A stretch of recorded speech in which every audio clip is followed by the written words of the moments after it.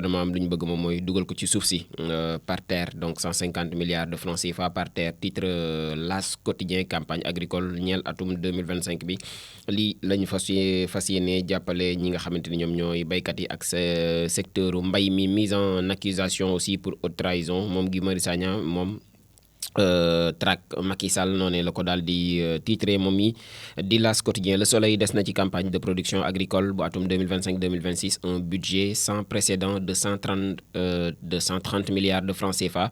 mu nekk ab distribution boo xam ni des intrants à partir du 25 avril lay daal di doon 1000 jeunes volontaires pour l'encadrement donc des producteurs loolee la état bi di sàkku ak 10,8 milliards de francs CFA yoo xamante ni pour les coopératives agricoles communautaires la koy daal di jagleel kon coopérative yi seen wàll mi ngi ñëw ci loolu surtout jëm ci wàllum ñi nga xam ne ñu ngi ci kaw gi ñëwaat na ci bu baax a baax moom mi di Le Soleil yéene kaay mbirum fonds Covid 19 yi ak des fonctionnaires yi nga xam ne ak des acteurs aussi culturels ñoom ñu ngi en retour donc de parquet ginnaaw bi ñu leen dégloo ni ki démb direct news yi itam ci procédure d'octroi du visa Schengen yi la di ñëw ci naka la ñuy joxe donc visa Schengen yi une machine à cash discriminatoire sur le dos donc des Africains mu nekk loo xamante ni daanaka koppar gu baree bari ma ngi ciy tukkee te lépp nag ci ndoddal doomi Afrique yi lay daal di dal vu la complexité donc des procédures de demande ak coût exorbitant bi nga xamante ni mi ngi tukkee ci frais yi nga xam ne moom moo topp ci loolu le moom visa Schengen ak li nga xamante ni moom la daal di mujjee doon mu nekk luxe boo xam ni pour des milliers de Sénégalais la daal di doon moom visa Schengen boobee noonu moom la xëyee donc moom mii di direct news contrairement aussi à Mansour Faye moom Amadou Ba s'envole pour Paris pour le salon d'honneur kenn terewu ko mu génn réew mi moom mi Mansour Faye ginnaaw bi ñu ko defee ak Mansour Faye moom Amadou Ba ma nga jëm fële ca Paris donc ci salon d'honneur ba fa am les échos yéen kaay des ci résolution de mise en accusation devant l'Assemblée nationale moom les échos Guy Marius Sagna poursuit Macky pour haute trahison moom mi Guy Marius Sagna ci surtout résolution yu mise en accusation ca kanamu Assemblée nationale groupe Takku Wallu ñoom ñi ngi wax ni basse manœuvre ak li nga xamante ni moom moo ca daal di aju moom la ñu nekk di def nii ba noppi di promettre ngir daal di faire face ci lu ni mel fond force Covid 19 yi les échos des na ci itam de nouvelles arrestations une quinzaine en danger dinañu am ñeneen ñu teg yoxo bu ñu maywul ñu toll nag fukk ak juróomi doomu aadama ñu ngi en danger jamono ji ci lu ni mel retour de parquet pour 2 DAGE ak le 3e ancien DAGE donc du ministère des Mines daal dinay quitter donc le pays la liste exhaustive des 16 personnes yi nga xamante ni déféré nañ leen niki démb au parquet donc ñëwaat na ci bu baax a baax certaines aussi sont prêtes à cautionner am nañu daal ñu noppi ngir daal di dugal caution ngir ñu bàyyi leen ñu dellu seen kër yi le parquet vise une information judiciaire santé ak DAGE Ousseynou Ngom Moussa Sam Daf ak kii di Babacar Sène ñoom ñëpp daanaka ñu ngi ci biir ak kii di Mamadou Ndiaye ñoom ñu ngi en garde à vue selon les échos yéen kaay Walf Quotidien itam des na ci jugement pour haute trahison Pastef envoie Macky à la guillotine donc noonu la ko daal di titré moom mii di Walf Quotidien le pacte rompu page 3 donc moom la ko daal di jagleel tey waaye l'extradition l'autre paire de manches bi nga xamante ni moom moo war a motali lii di donc li ñu bëgg ci Macky Sall bu ñu sukkandikoo ci Walf Quotidien mi nga xam moo génne information bi le quotidien itam des na ci fond force Covid yi arrestation continue la justice traque les variants daanaka variant gu yees gi daal moom mooy jàpp ñi nga xamante ni laale nañ ca justice bi mi ngi seen tànk 6 cadres donc du ministère de la santé yoo xam ne ñu ngi en garde à vue jamono ji après DAGE yi artistes yi ñoom itam ñu ngi jël seen contretemps waaye ñëw na ci les cas suspects en attente ak haute cour de justice bi nga xamante ni bu mayul dina dugg ca mbir ma mi ngi ci page 4 bu journal bi di le quotidien seddelem ceeb ga du rëcc ma nga ca saam nañ ceeb gu bëree bëri foofee itam xaalis bu bëri tukkee na ca donc le quotidien yéen kaay ñëwaat na ci bu baax a baax enquête itam des na ci tel quel Ibrahima Ndoye moom professeur TGI de Dakar, un magistrat donc droit dans ses bottes, moom ab magistrat la moom it di Ibrahima Ndoye, waaye daanaka lu mu xalaat rek da koy wax, amul lam cay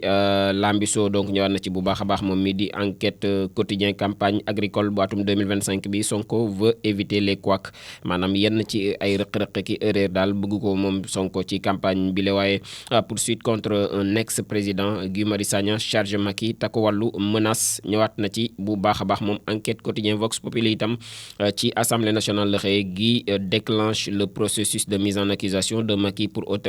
trahison. noonee la ko daal di titré moom moo déclenché lu ñu mel moom mi di honorable Guy Marius Sagna. Il a transmis hier au président El Malick Ndiaye une proposition de résolution. Le groupe takku wàllu ñoom ñi ngi dénoncé une grave forfaiture boo xam ni daanaka c'est voué à l'échec. Donc ñëwaat na ci bu baax a baax moom Vox Populi. Libération yéen kaay ci fond Covid yi la xëyee moom itam le procureur Ibrahima Ndoye daal dinay émettre 25 ordres d'arrestation. Kenn ku ci nekk mën ngaa xëy rek ñu téye la, ndax procureur moom lu mu daal di génne moom mooy 25 ci ay ordre d'arrestation yoo xam ni dinañ wuy ji ñoom itam ci donc njort ne laale nañ ci fond force Covid 19 yooyu lay. ñëwaat na ci bu baax a baax moom Libération yéen kaay Sud Quotidien itam ci requête de mise en accusation bi nga xamante ni Guy Marius Sagna moom la daal di introduire fële ci Assemblée nationale. Macky Sall vers la haute cour de justice moom muy samp laaj moom mi di Sud Quotidien. Serigne Thiam, enseignant, le chercheur en droit fële ca UCAD, mu ni même s'il y a une loi qui protège un ancien président, ce n'est pas dans le sens pour qu'il ne puisse faire l'objet de poursuites. Ne daal kenn nekkul sax au-dessus de la loi, mën nañ ko tënkee noonu. Omar Sow, professeur de droit constitutionnel fële ca UCAD la aussi, l'absence de définition de la haute trahison n'est pas un obstacle. Donc ñëwaat na ci bu baax a baax ci ay jàngat yoo xam ne ay expert lañ, seen xel màcc ci wàllum yoon ak yoonal. ñëwaat nañ ci bu baax a baax ci biir Sud Quotidien. Lii quotidien campagne agricole batum 2025, une subvention de 130 milliards de francs CFA annoncée par le gouvernement du Sénégal. Le Témoin quotidien, accusation de haute trahison, vague d'arrestation yi nga xam ne am na dans ses rangs. Macky Sall bi nga xam ni donc début de du rouleau compresseur. ñëwaat na ci bu baax a baax ginnaaw Guy Marius Sagna mi nga xam ni déclenché na yëf ya. L'info yéen kaay itam ci projet de mise en accusation boobee la xëyee bu Macky Sall, grave forfaiture selon takku wàll Maître Aïssata Tall Sall ma ngay expliqué wu ci xët bu njëkk bu l'info yéene kaay. Point actu itam ci fond Covid 19 yi, DG d'âge entrepreneur ak fournisseur frappé par une pandémie d'emprisonnement. Moussa Fall wala Moussa Sam moom DAF, donc directeur de l'hôpital Dalal Jàmm, ak kii di Alioune Badara Diop ak yeneen ci seen ay ñoñ, ñoom jamono ji daal lañ leen ni déféré. ñëwaat na ci bu baax a baax moom point actu. L'évidence itam ci fondation fële ca Kër Massar ak ci banlieue bi la daal di xëy les propositions du DG de l'ADM. Donc ñëwaat na ci haute trahison ak le destin de Macky bi nga xam mi ngi en jeu, ak honorable Guy Marius Sagna mi nga xam déposé na sur la table du bureau de l'Assemblée nationale une proposition pour la mise en accusation bu kii di ancien président Macky Sall. ñëwaat na ci bu baax a baax moom l'évidence yor bi itam campagne agricole 2025-2026 la xëye en route vers la souveraineté alimentaire. Le gouvernement prévoit 130 milliards ngir daal di yokk doole li jëm ci wàllu mbay mi. L'observateur itam des na ci pour échapper à la prison, tous prêts à acheter leur liberté, mooy ñi nga xam ne daal noppi nañ ngir daal di dugal caution ngir bañ a daal di tëdd ca nungu siin googule. Donc ñëwaat na ci bu baax a baax moom l'observateur. Ce que les enquêteurs recherchent, ce ne sont pas seulement des remboursements mais des responsabilités. Maanaam enquêteurs yi waruñu ñu delloo si xaalis ba ñu sàccoon, waaye ñu situer des responsabilités ba lii dootu fi am. loolee la ñuy wër muy des chaînes de décision, des traces écrites entre autres, di ay mbir yoo xamante ni enquêteurs yi ñu ngi koy wër ci ñi nga xam jot nañ leen a déglu. Donc le déferment des 6 hauts cadres du ministère de la santé boo xam ne daañu ko prévoir ni ki tey jii ci 11h bu jotee ce matin. Donc fële ca parquet ba le 5e cabinet aussi d'instruction bi nga xam ni daanaka dina hériter du dossier. Retour de parquet pour Baba Amdi, Tange Tandian ak kii di Ngom Niang ak le reste aussi du groupe bi nga xamante ni moom mooy la ñu duppee le groupe des 13. ñëwaat na ci bu baax a baax moom mii di l'observateur. des na ci conseil interministériel bi nga xam moom lañ jagleel campagne agricole bi 2025-2026.